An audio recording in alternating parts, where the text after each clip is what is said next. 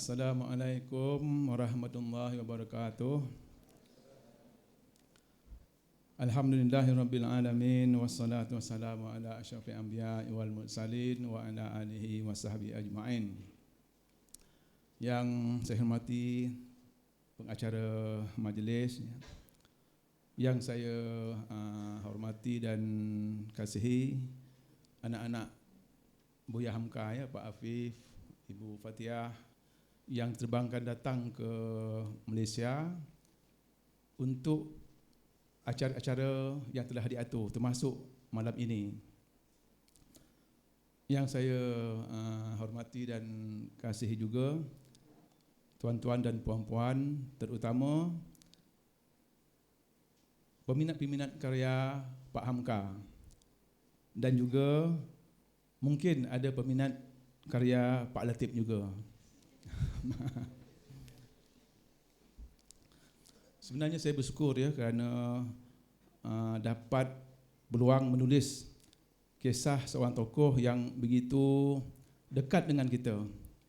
Kalau sebelum ni saya tulis kisah-kisah tokoh luar daripada Malaysia seperti Hassan Al-Banna, Badiuzzzaman Said Nursi, Mustafa Kamal Atatürk, ya. Dan kali ini selesai sudah menulis kisah Pak Hamka, sehingga semalam sewaktu pelancaran ada peserta yang bertanya, kenapa Pak Latif kemudiankan tulis kisah Pak Hamka, kata dia. Patutnya didulukan daripada tokoh-tokoh yang lain. Susah juga saya nak menjawabnya. Walau bagaimanapun, novel yang ditulis tersebut bukanlah rekaan saya sendiri, tapi faktanya saya rujuk daripada buku-buku Pak Hamka sendiri. Di antaranya Kenang-kenangan Hidup, yang mana itu dijadikan rujukan utama. Sebab bila Pak Hamka sendiri yang tulis Kenang-kenangan Hidup, pada saya benda itu memang betul berlaku, sebab orangnya punya badan sendiri yang menulis. Begitu juga dengan buku ditulis oleh anak beliau, Irfan Hamka, iaitu Ayah, dan juga Ayahku, oleh Pak Hamka sendiri. Apa yang menyebabkan saya berkesan untuk nak menulis kisah Buya Hamka? Saya sendiri sebagai salah seorang yang kagum dengan karya beliau sejak daripada alam persekolahan dulu.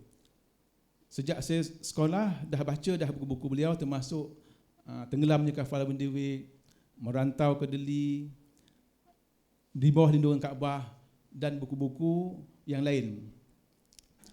Jadi di antara perkara yang ingin saya nak kongsikan pada malam ni, jika tersilap, ya, minta Pak Afif betulkan, ya, kalau tersilap saya menceritakan. Pertama sekali, Pak Hamka ni dilahirkan, disambut dengan gembira oleh ayah dan mak beliau. Biasalah macam tu, anak-anak siapa-siapa pun bila lahir akan disambut dengan gembira. Sehingga ayah dia mengatakan, anak ni akan aku hantar ke Mekah ketika dia berumur 10 tahun nanti. Macam tu sekali gembira ayah dia. Sebab keturunan Pak Hamka ni rupanya adalah ulama'-ulama', ya. Ayah dia ulama', datuk dia dulu pun ada ulama', moyang-moyang dulu pun ada ulama'. Dengar dah turun menurun memang daripada keluarga ulama', Pak Afif, ya. Dan mungkin di kalangan anak Pak Hamka pun ada akan jadi ulama'. Mungkin dah ada yang jadi ulama', ya, Pak Afif? InsyaAllah, kan. Tapi sewaktu Pak Hamka berumur 10 tahun, keadaan telah berubah. Yang mana Pak Hamka dijadikan sampai dikatakan anak yang nakal. Sebab dia mula ponteng sekolah. Maksud ponteng sekolah tu, Pak Afif, bukan tak nak sekolah, tapi kawan-kawan pergi sekolah, dia pergi ke arah lain. Dia pergi ke tengok orang buat kolam ikan, dia pergi sampai ke tempat orang menyambung ayam, dia pergi sampai tempat orang macam-macam. Sebab puncanya kerana perceraian antara ayah dan mak dia. Itu menyebabkan dia rasa dia tersingkir. Kemudian dia dibela oleh ayah dia, kemudian adik-adik lain dibela oleh mak dia. Jadi dia rasa macam terasing, menyebabkan dia memberontak. Sampai sekolah pun dia gagal. Sampai ayah dia sendiri pun macam pening kepala macam mana nak membentuk Pak Hamka. Tapi segalanya berubah ya. Setelah beliau pergi ke Mekah, maknanya sampai juga hajat ayahnya nak hantar anak ke Mekah, tapi dia pergi sendiri tanpa memberitahu ayah, tanpa memberitahu siapa, dan dia tak minta satu sen pun duit daripada ayah dia pergi ke Mekah. Di Mekah macam-macam ceritalah yang dialaminya dan saya tuliskan dalam novel itu. Bila balik ke Mekah baru dia jadi ke arah Pak Hamka yang sebenar.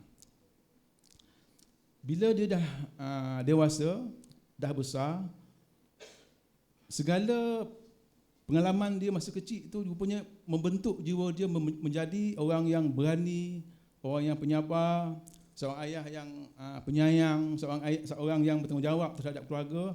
Sehingga kan satu ketika pernah ayah dia suruh Pak Hamka kahwin lagi satu, dan isteri dia terpaksa benarkan sebab hormat pada keputusan ayah mentua. Tapi Pak Hamka tak nak. Kalau biasa orang suami ya, kalau ada ayah dah suruh kahwin lain, kahwin dua, isteri pun dah benarkan, rasanya tak lengah-lengah lagi. Tapi Pak Hamka tak. Dia kata saya tak mahu anak-anak saya menerima nasib seperti saya dulu.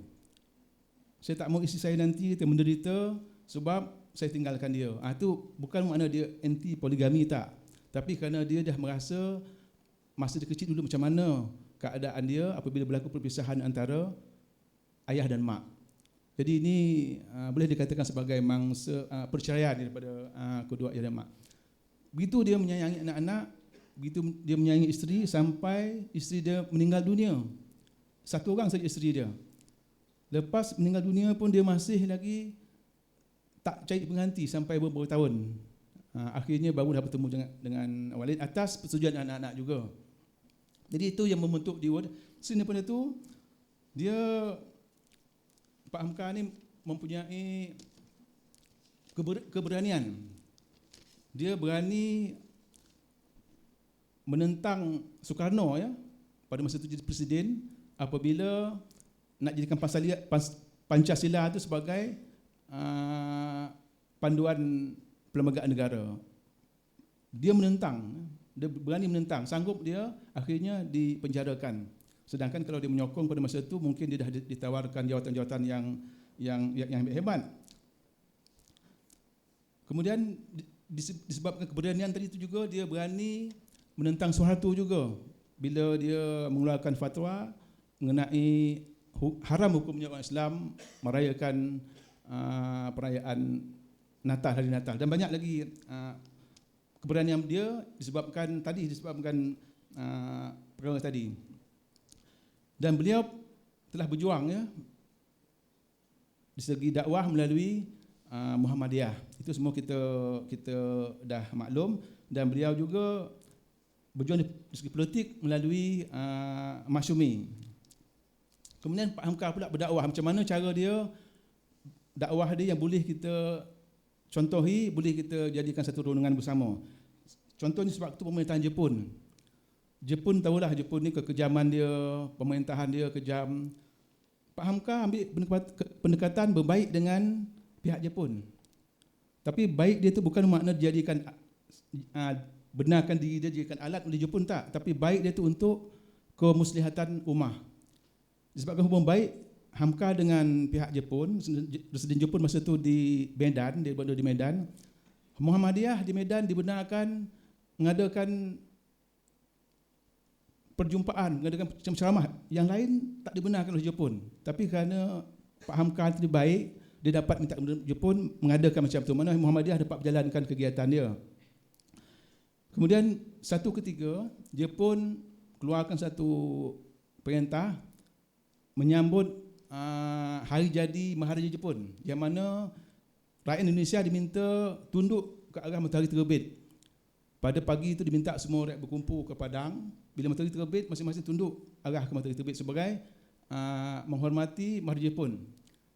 Banyak ulama-ulama yang menentang pada masa tersebut. Dia kata ini dah menyalahi agama kita. Kita hanya tunduk pada Allah saja. Tak boleh tunduk pada yang lain Allah ni tunduk pada matahari. Tapi Pak Hamka dengan kawan-kawan dia cuba nak menyelamatkan Umar, sebab kalau menentang nanti memang Jepun akan hukum, akan bunuh. Jadi Pak Hamka dengan beberapa kawan dia berjumpa dengan Residen Jepun, Residen Sumatera Timur. Dia kata macam ni, tunduk ni maksudnya tuan bukan sujud ya, bukan rukuk. Tak, kata dia. Cuma kepala je angguk sekejap. Lepas tu Pak Hamka dengan kawan dia tulis satu risalah memberitahu pada orang ramai, ini bukanlah makna kita sujud pada matahari, tak, cuma isyarat saja. Jadi dia muslihat itu untuk kebaikan, walaupun dia menyokong, dia tak menentang, tapi dia dapat menjedarkan orang ramai. Maknanya yang dilakukan tu bukanlah ada ruku, ada sujud, baru yang bukan menyembah, tapi kalau setakat isyarat saja kepala, tak apalah, ikutlah kamu. Tapi pada hari tersebut Pak Hamka tak pergi. Orang ramai pergilah ke Padang, tapi Pak Hamka dan kawan dia tak pergi. Dia cuma nak menyelamatkan rumah cara macam tu. Jadi dakwah dia tu satu dakwah yang saya rasa begitu halus dan begitu menarik demi untuk menyelamatkan ummah, menyelamatkan orang ramai. Kemudian apabila berlaku rusuhan di Aceh, sebab mereka menentang ya, sebab arahan tunduk tadi tu, semua yang menentang tu dibunuh oleh askar Jepun, termasuk ketua dia, Kiai lupa saya, dibunuh oleh Jepun ya. Jepun ni memang pantang dia, orang yang dah arahkan tu. Pak Hamka, Presiden Jepun panggil Pak Hamka, dia kata, wahai, dia panggil Hamka-san ya, Hamka-san dia panggil, adakah Islam kamu dengan Islam orang di Aceh sana berlainan, kata dia. Pak Hamka kata, kenapa? Sebab di sana dia menentang kami, dia tak ikut arahan kami bunuh semua sekali. Dia kata, kami Islam sama, cuma mungkin, kata dia, ada pahaman. Kalau macam tu, izinkan saya pergi ke Aceh, kata dia, untuk nak menyiasat perkara ni. Jadi Jepun sendiri terkejut ya, sebab di Aceh baru berlaku pemberontakan, Hamka menawarkan diri dia nak pergi ke sana untuk nak menyiasat. Hamka pergi sana bukan mewakili orang Jepun, tapi mewakili orang Islam, macam mana nak menyelamatkan orang Islam di Aceh dan di seluruh Indonesia. Sampai ke Aceh, dia dah tahu apa sebab-sebab berlaku macam tu. Dia tulis satu laporan bila balik ke Medan, dibagi pada Presiden. Dan Presiden pula hantar ke Jepun. Tak lama kemudian keluar satu arahan, dia kata, mulai pada sekarang Jepun akan bekerjasama dengan umat Islam di Indonesia. Menurut pandangan Jepun tu dah boleh berubah disebabkan antarausaha dan dijalankan oleh Pak Hamka. Dan itu memang diceritakan dalam kenangan hidup oleh Pak Hamka. Itu di antara dakwah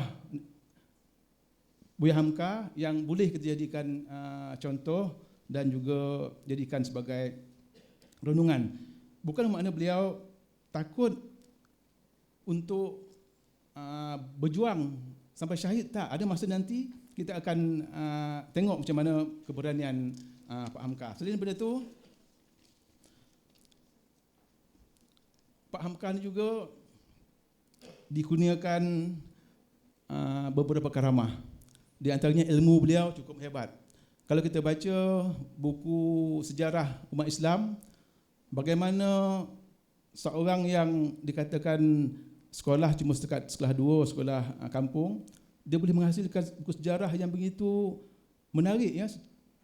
Kalau sejarah Arab tu, daripada sebelum kedatangan Nabi Muhammad, selepas kedatangan Nabi Muhammad, dengan terperinci, termasuk sejarah Khalifah Umayyah, Khalifah Abbasiyah, Khalifah Utsmaniyah, dan Islam di Tanah Melayu, Islam di Pulau Jawa, Islam di Andalusia, Islam di India, Islam seluruh dunia. Dia tahu di mana,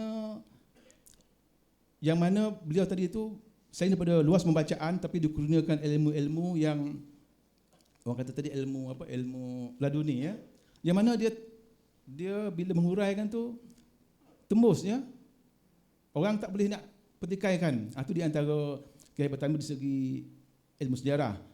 Ilmu agama memang kita dah akui dengan tafsir Al-Azharnya, dengan tasawuf modernnya, dengan macam-macam buku agama, hampir 100 buah.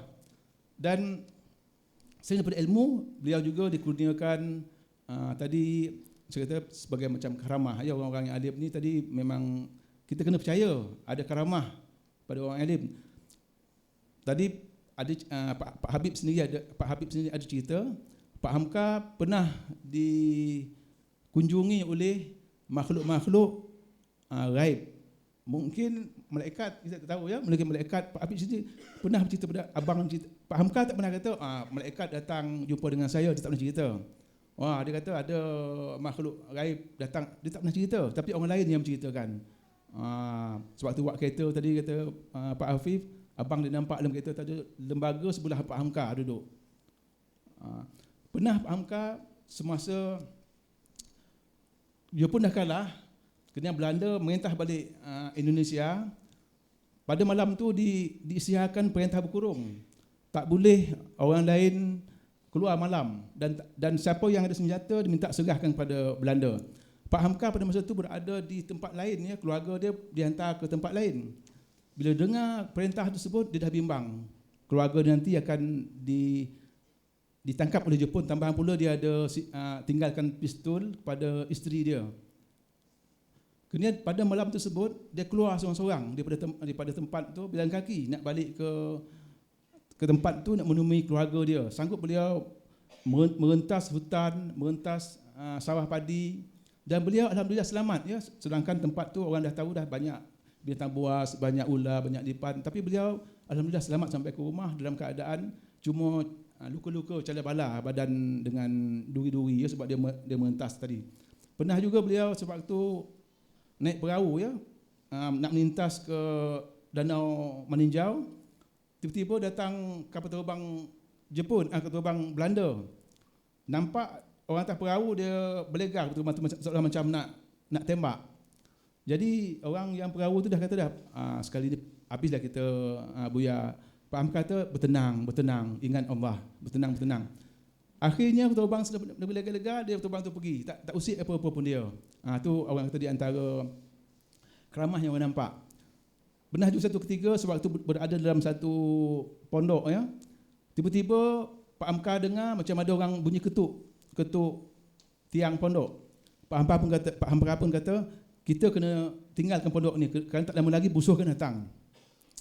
Jadi orang lain tak percaya, ada yang tinggal situ, ada yang ikut Pak Amka. Tak lama lepas tu memang betul tempat tu diserang oleh askar Belanda, semua pondok binasa dan orang dalam tu pun mati, tapi Pak Amka selamat. Tu di antara keramah-keramah yang dapat dirakamkan dalam kisah Pak Amka. Banyak lagi insya-Allah nanti akan diceritakan oleh Pak Hafif. Dalam hal ni, sebelum saya beri peluang pada Pak Hafif bercerita, saya nak ajak tuan-tuan merenung satu perkara, ya. Pada tahun 1924, seperti mana yang kita maklum, Khalifah Uthmaniyah telah ditumbangkan oleh kuasa-kuasa barat dan Eropah melalui Mustafa Kemal Atatürk. Pada masa yang samalah munculnya Pak Hamka di Nusantara. Pak Hamka hidup, ya, pada masa Khalifah Uthmaniyah ditumbangkan pada tahun 1924. Masa itu dia ada. Di Mesir muncul Hasan al-Banna memperjuangkan Islam setelah Khalifah Uthmaniyah dijatuhkan. Di Turki sendiri muncul Badiou Zaman Said Nursi. Tiga tokoh tadi memainkan peranan masing-masing. Badiou Zaman Said Nursi di Turki, mungkin mereka tu tak jumpa, tapi perjuangan mereka tu hampir-hampir sama.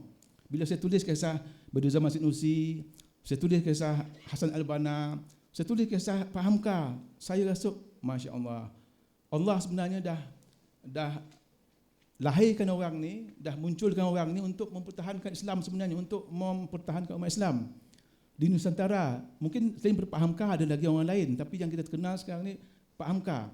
Di Turki munculnya Badiou Zaman Said Nursi, sampai sekarang ni Islam masih dapat bertapak di Turki. Di Mesir muncul pula Hasan al-Banna dengan Ikhwan Muslimin.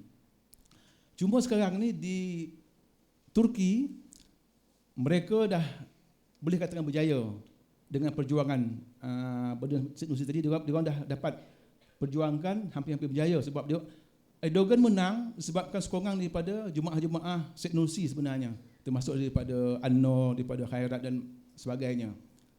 Umat Islam sana memberi sokongan.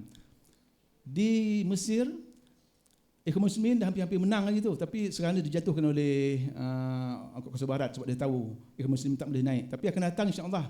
Banyak ramai mengatakan kaum muslim akan kembali menguasai Mesir. Sebab kemerintah Islam tu tak siapa dapat nak menghadang. Insya-Allah di Malaysia ni kita harap pun macam tu ya. Salah satu caranya melalui mencontohi punya pemikiran Pak Hamka, dakwah Pak Hamka, perjuangan Pak Hamka, buku-buku Pak Hamka. Di Turki bila dia orang punya menjaga perjuangan Bendahara Usman Sanusi, sampaikan pokok tempat dia panjat untuk berzikir pun dia orang jaga. Dia orang di kawasan bukit tu dapat tentera terbang, tapi di kampung tu masih dipelihara sampai sekarang. Sampai ke jubah dia, baju dia, sikat patah dia, cerek dia pun dia orang pengikut dia masih jaga macam tu punya hebatnya dia. Begitu juga dengan di Mesir. Di Malaysia sekarang ni yang sedihnya termasuk Pak Hafif ya, Pak Afif, minta maaf Pak Afif. Dia sampai marah ya, meluahkan perasaan dia. Karya Pak Hamka dicetak rompak, dipergunakan untuk keuntungan. Sepatutnya kita di sini dah yang pengagum Hamka ni mempertahankan karya-karya Pak Hamka tu, kena kalau tempat lain di Turki, di Mesir dia orang boleh jaga karya-karya ulama dia. Kenapa di Malaysia, Indonesia perkara ni berlaku? Kadang-kadang saya pun fikir kenapa ya? Tapi mungkinlah selepas ni nanti akan ada perubahan insya-Allah. Karya Pak Hamka akan diterbitkan semula dengan satu persatu dengan cara bertanggungjawab, dan anak-anak beliau memang berhak ya untuk mendapatkan faedah daripada hasil karya ayah mereka. Saya rasa malu ya sebagai penulis, saya rasa malu bila Pak Abi kata penerbit di Malaysia ni kata dia semua penipu, sebab dia kata dah banyak kena 3-4 kali dah hubungi langsung tak minta izin daripada ahli waris, dapat royalty langsung tak bagi. Sedih ya kalau kita sendiri jadi anak-anak Pak Hamka pun kita pun rasa marah. Selama ni mungkin kita tak tahu, saya sendiri tak tahu, tapi bila Pak Hafif dah cerita benda ni baru saya tahu. Dan sekarang ni dah ramai yang tahu dah. Dan lepas ni saya harap di antara jemaah kita di Malaysia ni yang saya rasa berapat dengan Pak Hamka ialah jemaah yang ada sekarang ni, ABIM ya. Jadi kalaulah boleh diambil satu usaha untuk mempertahankan karya tersebut, maksudnya tu dicetak, disebarkan cara yang sebetul. Itu yang harapan saya. Sebab ini tokoh kebanggaan kita, bukan kebanggaan kita saja, kebanggaan Nusantara. Jadi ini di antara perkara yang boleh kita jadikan renungan bersama. Saya rasa tak perlulah saya nak bercakap lebih panjang lagi, sebab bagi peluang pada Pak Afif. Pak Afif kalau bercakap 1 jam 2 jam pun dia tahan ya. Sebab dia memang di Indonesia pun dia dijemput untuk baca khutbah di masjid, sehingga kan penuh jadual dia sepanjang tahun. Lepas masjid ni pergi, besok masjid ni macam tu. Jadi dia dikurniakan kelebihan di segi macam-macam ya. Sebentar lagi kita akan dengar. Dan saya mohon maaf sekiranya terdapat kata-kata saya yang tersilap, terkasar, kelemahan saya sendiri. Akhir kata, wabillahi taufiq wal hidayah. Assalamualaikum warahmatullahi wabarakatuh.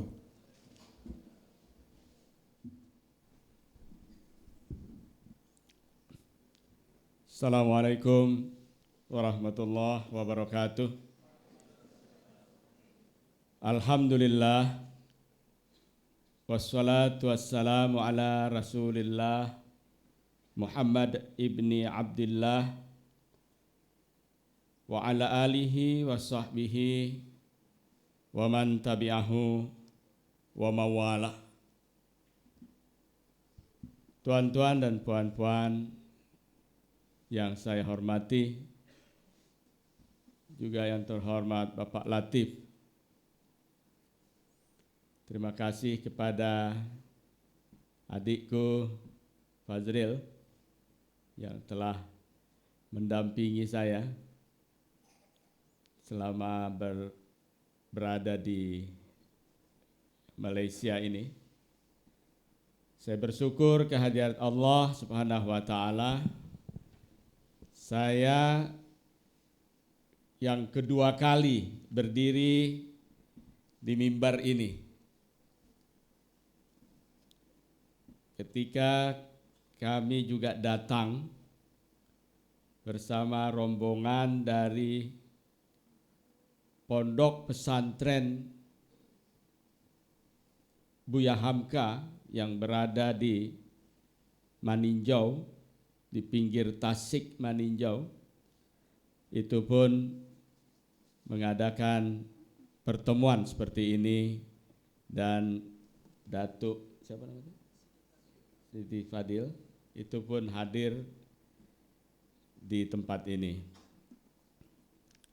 Hadirin, saya mohon maaf memperkenalkan kakak saya yang duduk, mohon Kak Fatiah untuk berdiri supaya dikenal yang mana sih putrinya Buya Hamka almarhum itu.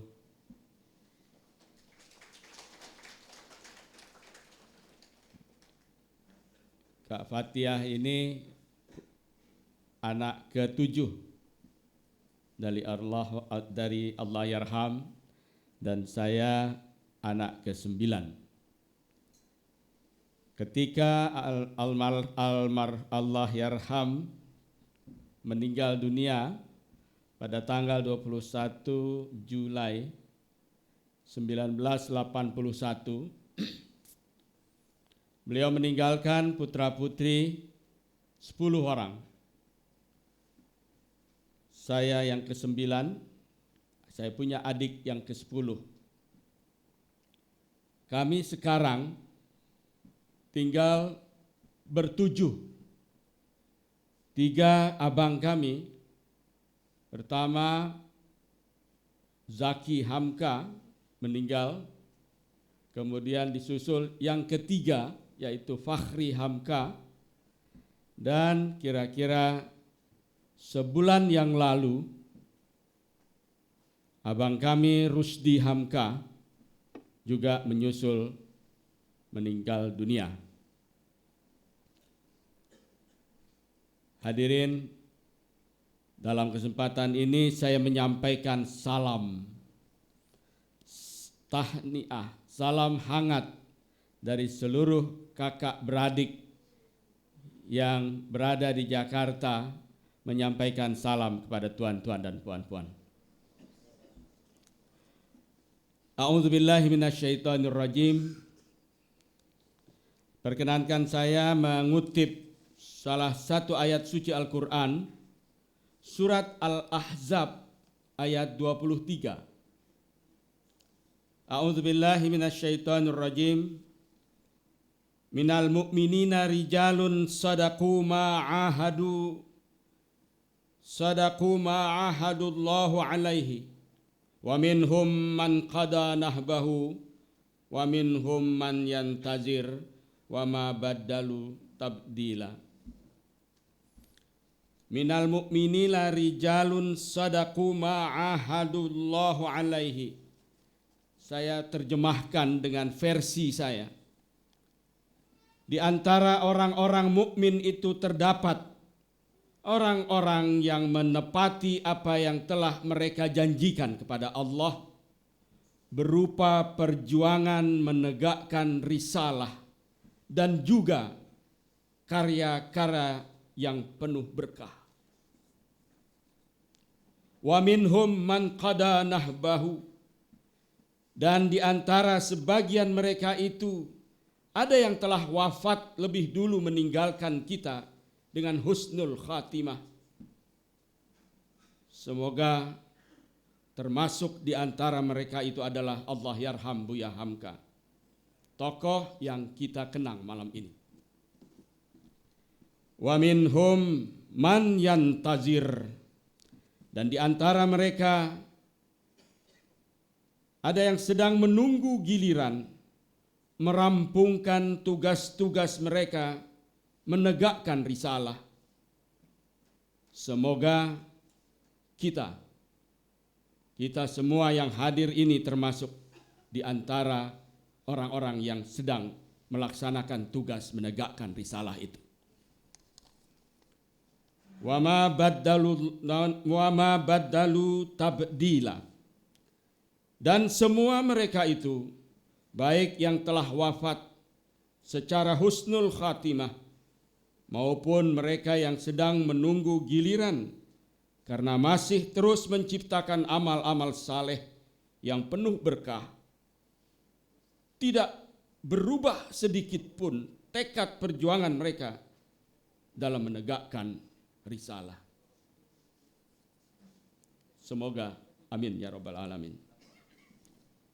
Hadirin yang dimuliakan Allah Subhanahu wa taala, tuan-tuan dan puan-puan, tokoh yang kita bincangkan ini bernama Abdul Malik, putra dari seorang tokoh ulama terkemuka di Sumatera Barat pada zamannya, yaitu Syekh Abdul Karim Amrullah. Dia pun cucu dari tuanku Syekh Amrullah. Dengan demikian namanya pun menjadi panjang, yaitu Abdul Malik Karim Amrullah. Karena dia sudah bergelar haji, maka Haji Abdul Malik Karim Amrullah, disingkat Hamka. Hadirin, kelahirannya, siapa dia pada masa kecil, kita bisa baca di buku Pak Latif. Tuan-tuan dan puan-puan yang saya hormati, beliau itu sekolah formalnya hanya kelas 2 sekolah desa. Tetapi seorang yang hanya sekolah desa cuma sampai kelas 2 saja, pada akhirnya dia bisa melahirkan doktor-doktor, anak-anak muda menjadi doktor di perguruan tinggi mereka masing-masing. Ada yang kita kenal Ibu Zakiyah, Ibu Azizah Rahmat. Selama beberapa hari kami mengadakan pertemuan, beliau hadir terus, tapi hari ini tidak kelihatan. Dia di college di mana itu? Di KL, dia punya perguruan tinggi? Istek. Kami berkenalan, dia pernah juga datang ke Jakarta menemui kami, keluarga. Beliau itu sedang menyusun disertasi untuk mencapai gelar doktor. Tentang apa disertasinya? Tasawuf modern, pemikiran Hamka. Ketika saya hadir di tempat ini, ada seorang pensarah, dosen pensarah. Dia salam dengan saya doktor mengupas tafsir Al-Azhar. Itu di Malaysia, belum lagi di Indonesia. Seorang tokoh Profesor Dr. Yunan Yusuf, dosen di Universitas Islam Negeri di Ciputat, Jakarta. Dia juga menjadi doktor dengan menyusun disertasi tentang pemikiran teologi kalam Hamka dalam tafsir Al-Azhar. Banyak hadirin.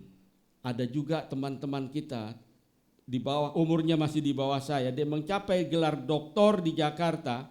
Bagaimana dia mengupas Hamka menyampaikan dakwah kepada masyarakat Gedongan. masyarakat kelas menengah ke atas. Hanya itu fokusnya, dan dia menjadi doktor. Banyak sekali. Belum lagi kita membaca karya-karyanya yang lain. Orang mengenal dia sebagai seniman ketika dia menjadi sastrawan, menciptakan, berkarya buku-buku novel, percintaan yang juga dilandasi dengan iman kepada Allah Subhanahu wa taala. Semua orang akan jatuh cinta, akan mengalami jatuh cinta, tapi dikemas sedemikian rupa sampai yang kita membacanya asik. Hadirin, berbicara tekan satu orang ini, meskipun dia sudah meninggal puluhan tahun yang silam, tapi dia hidup terus di hati kita. Bahkan saya yakin adik-adik kita yang lain, mungkin anak-anak saya yang hadir di sini, mereka tidak pernah bertemu muka dengan Buya Hamka. Tapi yang tua-tua sering muncul di televisi ketika Allah Yarham memberikan syarahan di RCM, Radio Television Malaysia. Keakraban seperti itu memang terasa sekali bagi masyarakat baik di Indonesia maupun di Malaysia ini. Hadirin yang dimuliakan Allah Subhanahu wa taala, saya diminta sekarang ini untuk tampil, topiknya itu Hamka sebagai ayah sejuta umat. Betul? Oh, tidak ditulis di sini. Ada ya? Hamka ayah dari sejuta umat. Memang kami sebagai anak kandungnya, kami rasakan dia ayah kami, tapi juga ayah dari semua orang. Hadirin, saya ingat di rumah kami ketika kami masih berada satu rumah, bersama-sama satu rumah dengan beliau. Beliau itu Ketua Majelis Ulama Indonesia. Beliau itu juga mengisi pengajian-pengajian, khususnya di Masjid Agung Al-Azhar, dan juga dijemput oleh berbagai jamaah. Itu harus didaftar, hari apa, di mana, jam berapa. Tapi juga beliau itu memimpin majalah Islam yang bernama Panji Masyarakat.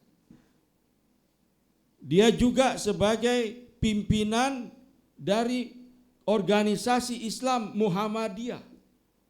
Bagaimana dia mengatur waktunya. Dan dia juga sebagai orang tua, sebagai ayah kami di dalam keluarga. Tapi bukan hanya itu, ada khusus waktunya. Satu hari itu, di sore hari, beliau akan menerima berbagai macam tamu yang datang. Tamu-tamu itu datang, hadirin, bukan hanya bertamu begitu saja. Dia ingin, kalau istilah kami itu, mengutarakan isi hati. Mereka menghadapi problem-problem, menghadapi segala macam persoalan, baik di rumah tangga, persoalan yang terjadi di dalam diri mereka. Itu dilayani. Nah, jadi kalau Bapak, Ibu atau tuan-tuan dan puan-puan pada saat itu datang ke rumah kami, di rumah kami ada pengumuman. Dibuat semacam pengumuman. Di situ dikatakan bagi para tamu yang akan menemui Buya Hamka, semacam jam praktek dokter gitu. Dari jam sekian sampai jam sekian. Jadi setelah beliau sholat asar, katakan jam 4 sampai jam 6, jadi sampai sebelum maghrib. Itu orang mengerti hal itu. Maka dari itu jam 2 itu sudah duduk orang seperti antri, seperti apa, menunggu giliran untuk menghadap Allah yarham Buya Hamka. Apa yang akan mereka utarakan? Apa yang akan mereka sampaikan? Yang mereka sampaikan problem-problem yang dihadapi oleh mereka. Yang datang mengatakan, Buya, suami saya mengadukan suaminya. Suami saya itu sejak, dan lain-lain. Ada lagi yang datang, Buya, anak saya selalu kalau dinasehati dia membangkang. Itu dia kadukan kepada Buya. Seperti anak mengadukan hal-hal kepada orang tuanya. Dan itu diselesaikan dengan senyum, dengan sabar, kadang-kadang dengan marah kepada anak sendiri. Seperti itu. Ada lagi yang datang, rupanya mereka ini datang, suaminya datang, istrinya pun datang, beda keretanya. Itu saya ingat sekali, orang itu seperti ayah memarahi anaknya. Ditunjuk, disuruh pergi, kemudian besoknya dia datang berdua. Begitu, masalah semacam itu. Lalu saya katakan kepada ayah saya, ayah, seandainya kita tak letakkan kotak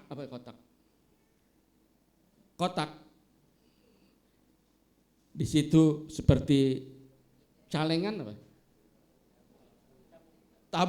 Tabung, semacam tabung kalau ada itu di restoran Padang itu biasanya untuk anak yatim gitu kan. Nah, taruh tabung di depan itu kita nggak usah bicara apa-apa, itu akan terisi duit ya. Wah, ini pikiran saya pikiran duit. Dia bilang, kamu ini panganawang, bahasa Jermannya Pak ya, panganawang pitih saja. Pangana itu pikiran kamu hanya duit saja. Jadi dia katakan, oh tidak, inilah tugas seorang Buya. Menghadapi masalah-masalah bagi anak-anaknya, tanda kutip. Apa tanda kutip? Quote and quote, anak-anaknya. Begitulah hadirin. Itu tidak dipungut bayaran sedikit pun. Bahkan ada orang datang ke tempat beliau, dia justru kehabisan ongkos pulang kampung. Itu diberi. Begitulah ayah bagi sejuta umat yang saya gambarkan di rumah saja. Tapi bukan hanya itu. Banyak sekali anak-anak muda yang menjadikan beliau itu ayah. Dan bagi Allah yarham, mereka itu betul-betul seperti anak. Kalau saya sayang sekali membawa buku terbatas, ada sebagian dari anak-anak beliau itu menulis. Anak-anak quote and quote menulis di buku 100 tahun kenangan itu bagaimana mereka itu dengan Allah yarham Buya Hamka.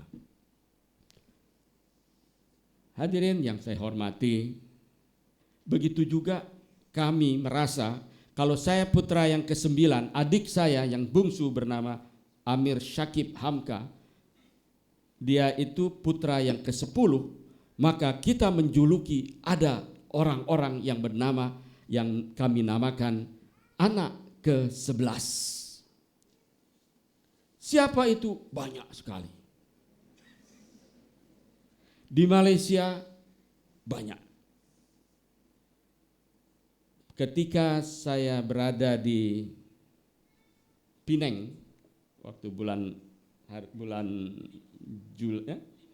5, saya datang kemari, saya sempat singgah di Penang. Di Penang itu ada seorang tua Dia salami saya, dia katakan, saya kalau Buya Hamka datang, saya yang mengawal beliau. Begitu dia, oh ini anak ke-11.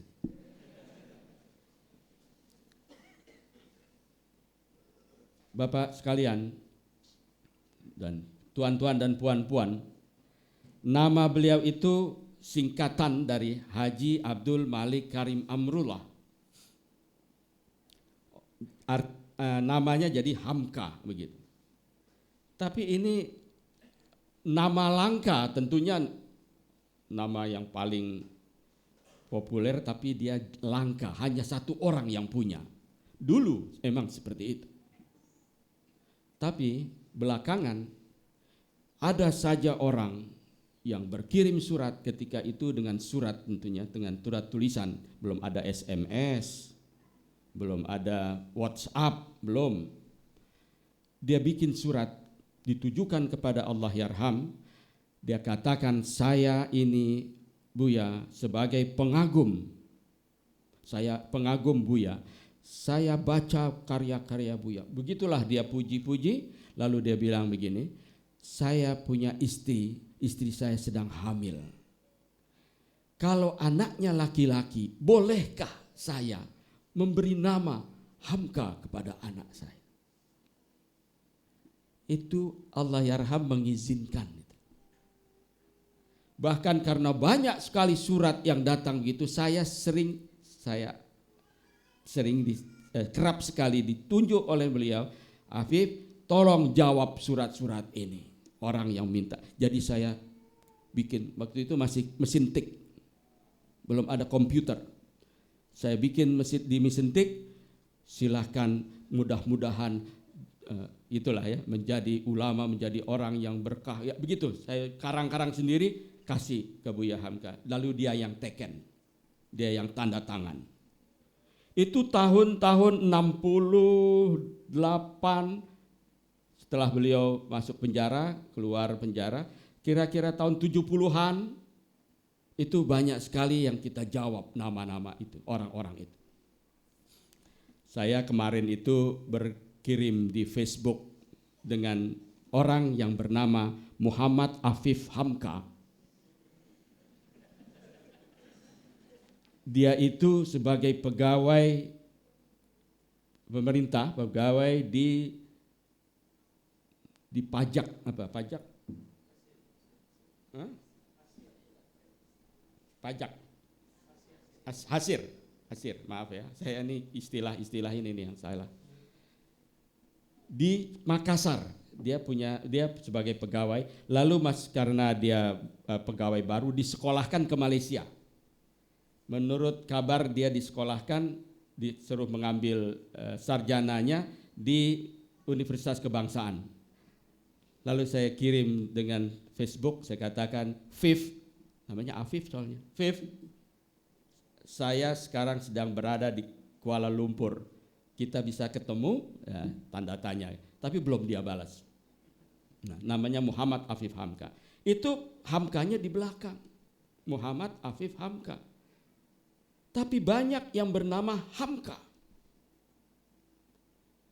Ada seorang direktur satu badan perusahaan pemerintah di Indonesia, kinerjanya bagus, namanya Hamka Santri Anom. Nah, ada lagi pemain sepak bola, Hamka Hamzah. Mungkin pernah dengar namanya, pemain sepak bola. PSSI, Persatuan Sepak Bola Seluruh Indonesia. Bahkan ada yang juga dia datang ke Buya Hamka, dia minta supaya dia masuk Islam, orang mata sipit, pengusaha, masih muda, di bawah saya umurnya. Dia namanya waktu itu, kalau saya nggak salah, saya sering manggil dia Alung. Tahu siapa namanya saya tidak tahu persis, tapi biasa dipanggil waktu itu Alung. Lung, mana lu gitu ya. Bahasa Betawinya, Lung, kemana lu? Mau kemana kamu, kemana lu itu artinya. Lalu dia mohon kepada Buya Hamka, dia diganti namanya. Terserah Buya Hamka mau kasih saya nama siapa.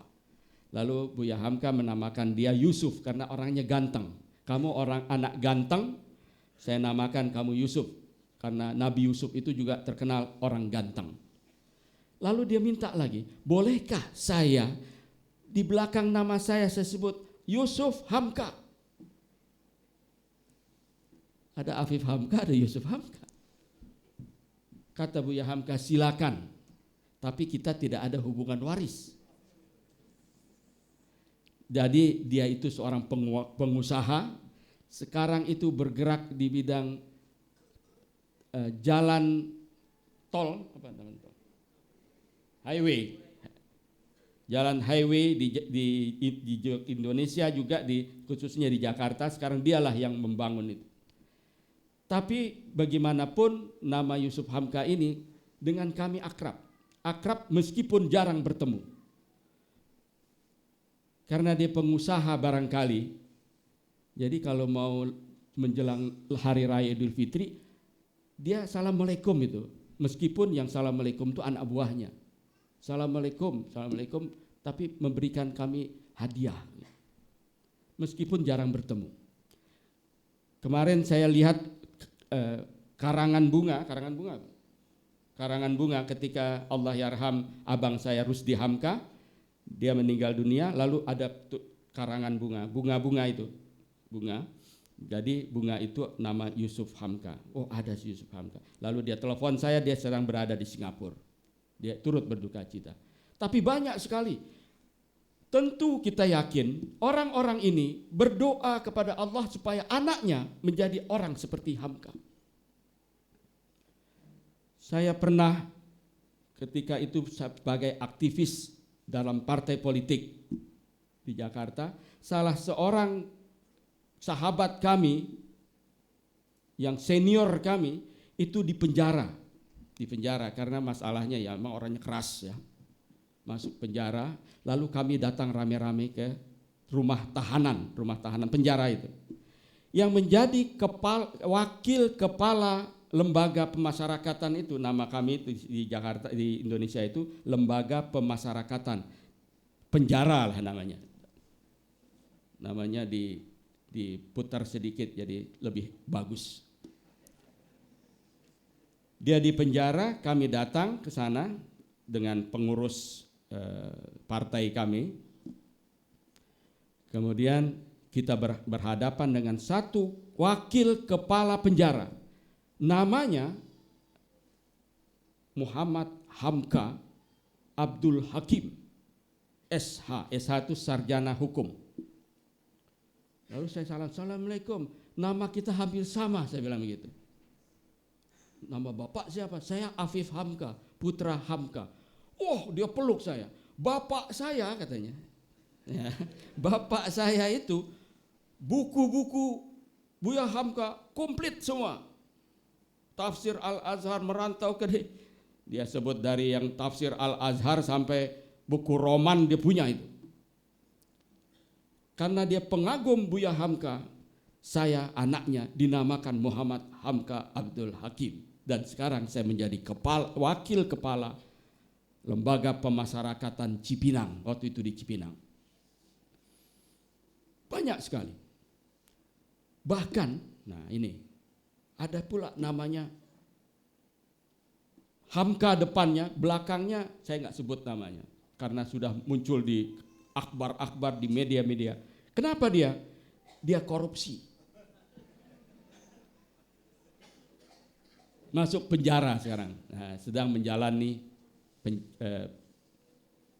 hukuman penjara karena mencuri uang rakyat. Dia sebagai wakil rakyat di parlemen. Nah, itu saya sebut namanya.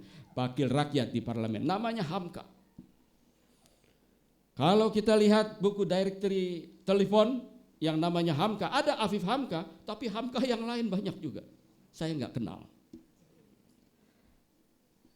Hadirin tuan-tuan dan puan-puan yang saya hormati, memang seorang Hamka tentu menjadi fenomena yang menarik bagi kita. Seorang yang memberikan ajaran-ajaran kebenaran, menegakkan risalah, mengajarkan bagaimana kita beragama berdasarkan cinta kita kepada Allah. Kalau kita baca karya-karya Hamka, pada dasarnya adalah kita beragama dengan memupuk cinta kita, hubungan baik kita dengan Allah. Karena kita sadari apa yang dikatakan sebagai pengertian takwa itu, yang selalu kita dengar setiap Jumat. Si khatib mengatakan ittaqullaha haqqa tuqatih. Bahkan di dalam pelajaran fikih dikatakan khutbah Jumat sangat penting apabila ada Jumatan, ya, ada ritual Jumatan, menggelar sholat Jumat tanpa khatib, Jumat itu tidak sah. Ada khatib, tetapi si khatib tidak menyampaikan ittaqullaha haqqa tuqatih, usikum wa nafsi bitaqwallah. Dia tidak menyampaikan pesan takwa, khutbahnya itu tidak sah. Begitu. Ya, Ustaz. Tidak sah. Itu fikihnya begitu. Artinya kalau si khatib itu lupa, dia menyampaikan usikum wa nafsi bitaqwallah, aku menyampaikan wasiat agar kita bertakwa kepada Allah, dia tidak menyampaikan kalimat itu. Jumatan yang penuh di masjid itu tidak sah sama sekali. Itu fikihnya begitu. Jadi betapa pentingnya pesan takwa itu. Lalu apa arti takwa itu? Takwa itu adalah menjaga, memelihara. Apa yang kita jaga dan kita pelihara? Yang kita jaga dan kita pelihara itu adalah hubungan baik kita dengan Allah Subhanahu wa ta'ala. Kita jaga itu. Kita diwajibkan dengan melaksanakan ritual, ibadah ritual, ibadah mahdah, salat, zikir, puasa, melaksanakan ibadah haji, dan semua ibadah-ibadah ritual kita. Itu semua tidak ada artinya kalau kita tidak wujudkan dalam kehidupan kita sehari-hari. Kita sholat di atas sajadah, tapi kalau sajadah kita lipat masuk laci, lalu sholat kita masuk laci juga, lalu kita hidup di luar ketentuan yang kita ucapkan, sholat kita tidak ada arti sama sekali. Itu yang kita jaga. Hadirin, mari kita sadari ketika kita mengucapkan takbir, Allahu Akbar, kita bersumpah di hadapan Allah. Hanya Allah lah yang patut kita besarkan. Itu yang namanya takbir. Kadang-kadang kita tidak sadar bahwa kita bersumpah untuk tidak boleh sombong. Itu namanya. Saya tadi kalau kita baca buku Pak Latif, bagaimana kakek moyang saya itu ulama-ulama, orang-orang hebat. Tapi saya ini bukan orang hebat, Pak. Kalau saya mengatakan, itu bapakku, kakekku, kakek moyangku, datuk-datukku ke atas itu orang-orang hebat, maka aku pun hebat. Itu kita dah sombong. Padahal saya bukan orang hebat. Begitu. Orang yang mengaku dirinya sebagai orang yang jadi kekasih Allah. Aku ini kekasih Allah. Lalu kita umumkan apa? Umumkan? Kita beritahu pada orang, aku ini kekasih Allah. Aku ini sang kekasih. Bapakku sang kekasih Allah. Anakku sang kekasih Allah. Cucuku semua sang kekasih Allah. Kamu bukan, misalnya begitu. Kita sudah sombong. Bapak Ibu tahu kekasih bahasa Arab apa? Sang kekasih, Habib. Maaf, kalau ada orang mengaku aku keturunanku adalah Habib, kekasih Allah, kamu bukan. Apa bedanya saya dengan kamu? Hidung kamu pesek, hidung saya mancung, misalnya begitu. itu orang dipertanyakan, sudah betulkah dia bertakbir?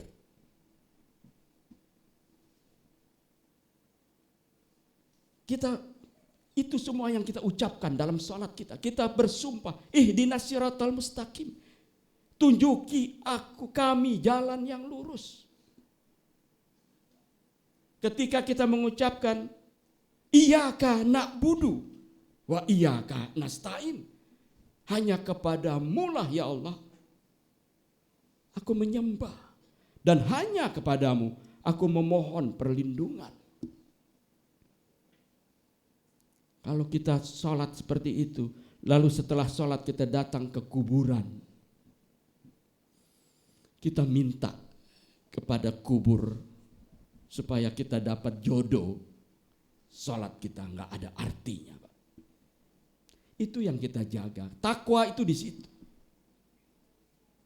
Kita ucapkan assalamualaikum ketika kita mengakhiri sholat. Assalamualaikum warahmatullah. Itu sumpah kita. Kita bersumpah akan menebarkan kedamaian. Kita akan menebarkan kasih sayang. Kita menebarkan rahmah, kasih sayang, berkah Allah. Assalamualaikum warahmatullah wabarakatuh. Jangan seperti ada suami istri, ya, dia di rumahnya itu sang suami paling senang dia kalau si istri membuat sambal petai, sambal petai. Kalau dia bikin sambal petai enak sekali, si suami senang sekali. Yang dirindukan oleh suaminya itu sambal petai sang istri. Tiba-tiba si suami ketika bulan Ramadan dia tidak bikinkan sambal petai. Itu masalah sambal petai. Karena tidak ada di meja makan, si suami merajuk. Betul? Merajuk ya. Saya mau bilang ngambek, itu ngambek bahasa Jakarta. Merajuk. Dia keluarlah segala macam sumpah serapah. Disebabkan sambal petainya tidak ada dalam meja. Itu dia bertengkar, begitu bertengkar sampai keluarlah segala macam emosinya, marah-marahnya, azan pun berbunyi. Begitu azan berbunyi dia mau keluar ke masjid, hujan lebat. Waduh, ini terpaksa dia salat di rumah dan si suami jadi imam. Begitu jadi imam, sejuk suaranya, Bismillahirrahmanirrahim. Tapi apa yang terjadi setelah diakhiri, itu di benak si suami masih sambal petai. Assalamualaikum warahmatullahi. Itu dia lihat ke belakang, Pak. Itu istrinya di situ, sambal petai. Begitu. Setelah selesai sholat, sudah dia mengucapkan Assalamualaikum warahmatullahi wabarakatuh. Dia katakan, Ma, gitu ya. Dek, itu bagaimana? Kita teruskan itu tadi, sambal petai. Orang seperti itu dia sudah gak sholat lagi. Karena dia sudah bersumpah menebarkan kedamaian, kasih sayang, tapi ternyata dia masih juga menanam marahnya. Masalahnya kecil, sambal petai. Belum lagi kita saksikan bagaimana orang, dia sudah bersumpah menebarkan kedamaian, tidak boleh merugikan orang lain. Itu artinya ketika dia menerima jabatan, menerima amanah untuk memimpin satu kantor pemerintahan misalnya, ternyata dia korupsi, dia sudah tidak sholat lagi artinya. Saya ingin bercerita, hadirin, ada terjadi beberapa tahun yang lalu di Indonesia, mungkin kita semua membacanya, ada seorang anak muda, itu keningnya hitam seperti orang rajin sholat, Dia datang dari Jawa Barat di satu kota, dia datang ke tempat kota yang namanya Cirebon di Jawa Barat juga. Dia datang ke Cirebon itu, dia masuk pada hari Jumat, dia datang ke satu masjid di kantor polisi. Kantor polisi itu biasanya di kantor kantor polis itu ada masjid biasanya, dan itu diadakan sholat Jumat. Biasanya di Indonesia kantor-kantor polres, polisi resort, itu ada masjidnya. Dia datang ke masjid itu, dia sholat Jumat, dia bawa tas, dia bawa bagnya. Anak muda ganteng pakai kopiah, ceningnya itu hitam seperti orang rajin sujud. Dia datang, lalu dia buka. Setelah dia sholat tahiyatul masjid, ketika azan berkumandang, kemudian si khotib akan naik mimbar, lalu dia buka ranselnya, dia buka tasnya, ada bom bunuh diri di dalamnya. Mungkin pernah dengar cerita. Lalu dia petik, bom itu meledak, dianya mati. Dan polisi-polisi yang ada di kantor itu pun ada yang luka, tapi tidak ada yang mati. Yang mati dia sendiri. Ada terjadi di Indonesia.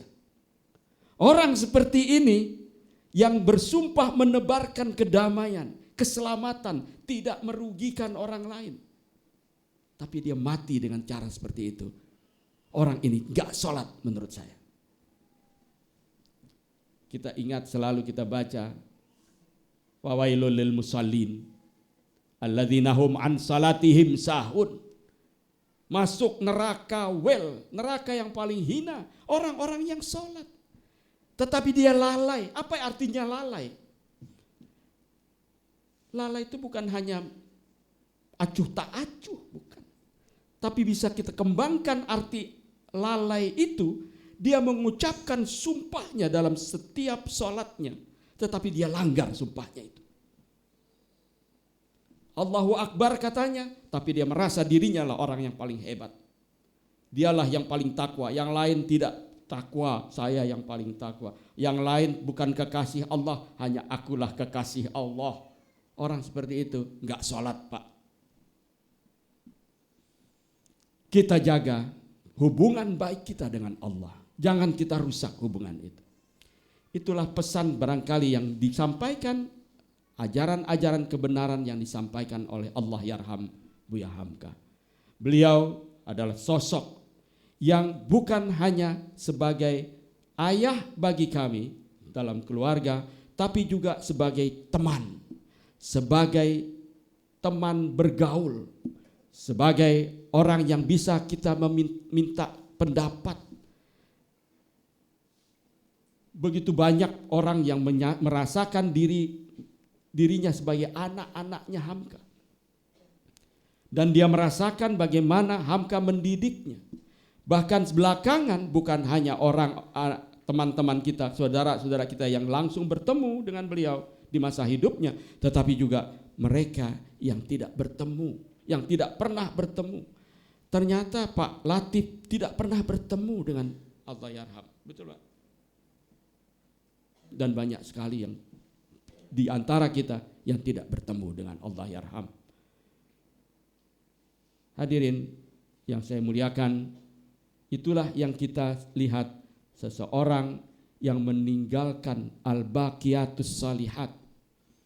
Di dalam surat Al-Kahfi ayat 24